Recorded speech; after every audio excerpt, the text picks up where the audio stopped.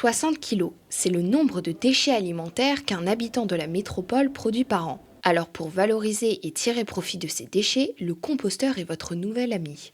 Contrairement aux préjugés, dans le composteur, on peut mettre de tout. Peau d'orange, de poisson ou encore petits os de viande, tous vos déchets alimentaires s'y sentiront bien. Une solution pour alléger vos poubelles grises tout en préservant l'environnement. La composition du déchet alimentaire qui est en fait basée sur de l'eau. Un légume, c'est 80% d'eau. Et donc aujourd'hui, le mettre dans une poubelle, c'est l'amener dans un incinérateur. Quelque part, un truc complètement aberrant de brûler de l'eau. Vous pouvez aussi rajouter du papier carton ou de la paille pour ajouter de la fibre et aider à la décomposition. Au bout de 6 mois, vous allez recueillir le fruit de vos efforts, un engrais très fertilisant pour les sols. Depuis 2011, la métropole a à cœur de mettre en avant cette nouvelle pratique. Aujourd'hui, le tri des déchets alimentaires est en train quasiment d'être déployé complètement à l'échelle de la métropole, dans toutes les communes.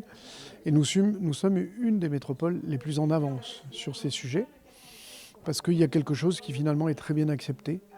Donc soit vous avez tout simplement un composteur à disposition chez vous, soit un composteur collectif dans une copropriété, soit tout simplement un bioseau qui vous permet de mettre ensuite dans la poubelle dédiée aux déchets alimentaires. À l'occasion de la 9e phase de l'opération de déploiement du tri des déchets alimentaires, le 20 millième composteur a été distribué à une habitante du Gard.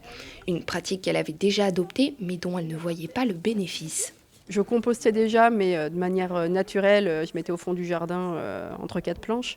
Là, c'est simplement de pouvoir récupérer le fruit de ce compostage et pouvoir s'en servir pour rejardiner derrière. Il est recommandé néanmoins d'éviter de mettre des coquilles de fruits de mer car ils se décomposent mal. Et si vous voyez que votre composteur attire trop de mouches ou sent trop fort, pas de panique, ne mettez plus ces déchets en question. Avec le temps, vous trouverez l'équilibre.